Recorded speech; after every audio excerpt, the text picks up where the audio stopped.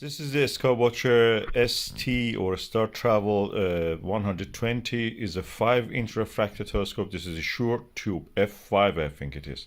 I'm using the 5mm SLV Vixen on this, and wow, the image is so big and beautiful. I cannot believe.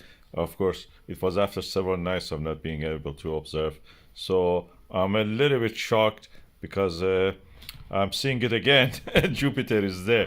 Let's see how the other eyepieces is.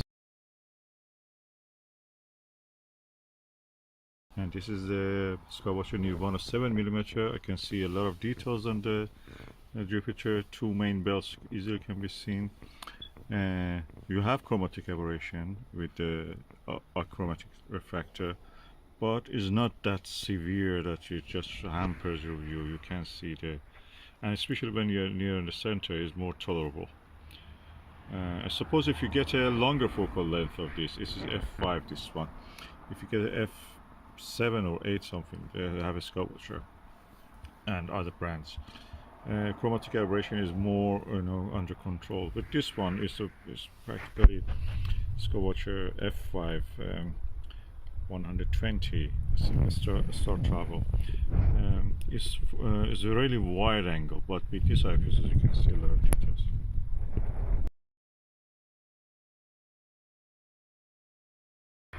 Okay, chromatic aberration definitely here is more than the Skywatcher Evo Star 90.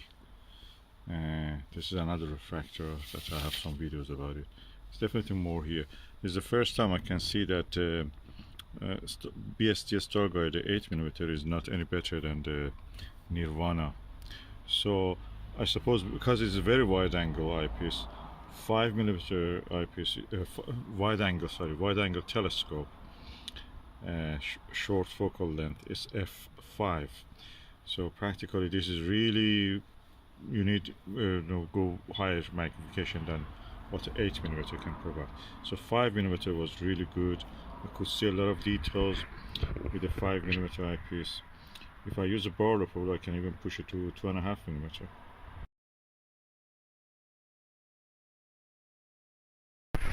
Back with the Vixen SLV 5mm. Oh, wow, that's beautiful. I'm going to push it to 4mm Nirvana. Then I will go for 2.5mm TMB Planetary, or I will try the Barlow on this. Just let me bring it. Okay, this is the Nirvana 4mm 82-degree eyepiece, and the amount of the detail I can see is equal to the 5mm, just the image is bigger. More comfortable to see also. So that's I think 5 or 4 is optimum for this Skywatcher Startravel 120 f5 refractor. So now I have used the TMB Planetary 2.5mm eyepiece, and I can say that the image starts to deteriorate. You're just magnifying the image. The eyepiece is excellent one. I've seen my best views of the Mercury and the Venus with this, better than a orthoscopic, equal to the Vixen HR 2.4. That means how good it is. It's also equal to Radian in a mechanical and optical way, in my opinion. However, because this is a very wide angle, low f or focal ratio telescope, but 2.5mm, no, you see image starts to deteriorate. You see some detail, you can see the 2 cloud belts yet. But 4 or 5 was the maximum I recommend to use with this, so no lower than that. So if you get this telescope is good for sweeping the Milky Way, looking at the starfields of the Milky Way, looking at the galaxies, nebula and such things, global clusters, star clusters. It's very wide angle. Its f5 is perfect. It's compact, only 600mm focal length, I think, and it's good. You can use it for planetary view, considering the limitations of it.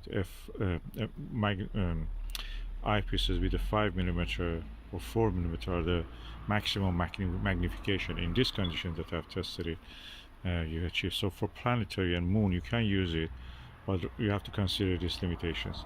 If you want to get a budget, on a budget, a telescope which can be used easily for planets, get a EVO Star 90. That gives you what you need. This is also a good telescope. You can work with this within its limitations, and it's really wide angle, nice compact telescope. You need a good mount also, of course, when you get it. I think it comes with a mount. If you don't have it, you have to get a mount or tripod for it. Or if you have already one, use that one.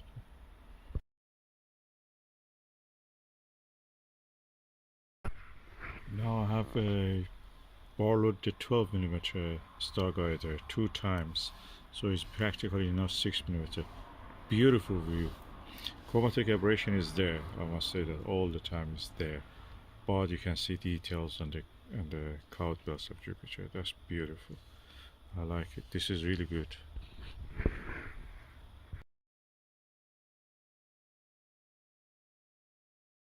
Wow. 8mm Starguider with the 2 times Barlow equal to 4mm. Wow, Jupiter is beautiful.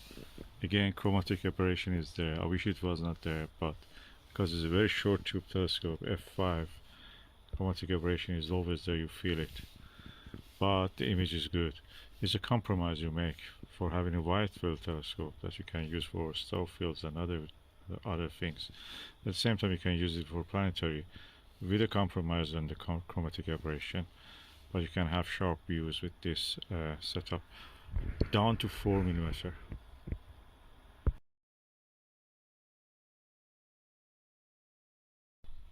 Okay, immediately after the Skywatcher Startravel 120, I went for the Skywatcher 72 ED and 72mm.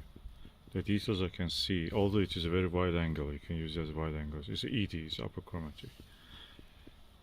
The details I can see on Jupiter are more than what I could see in that 120mm objective refractor. So, which one I prefer? If I'm going to spend that 300-400 pound for 120 refractor, instead of it I will go for this ED one. That's better even. It's compact, tiny. You can use it for astrophotography if you want. You can use extension tube if you don't want to use the star diagonal. And then you will have the sharpest view. This is 7mm Nirvana. Beautiful views. You can see more detail and the image is very clear. No chromatic aberration at all. So, if you want to spend money for 120s, go for this one. That's better, in my opinion. Your money, of course, you know what to spend.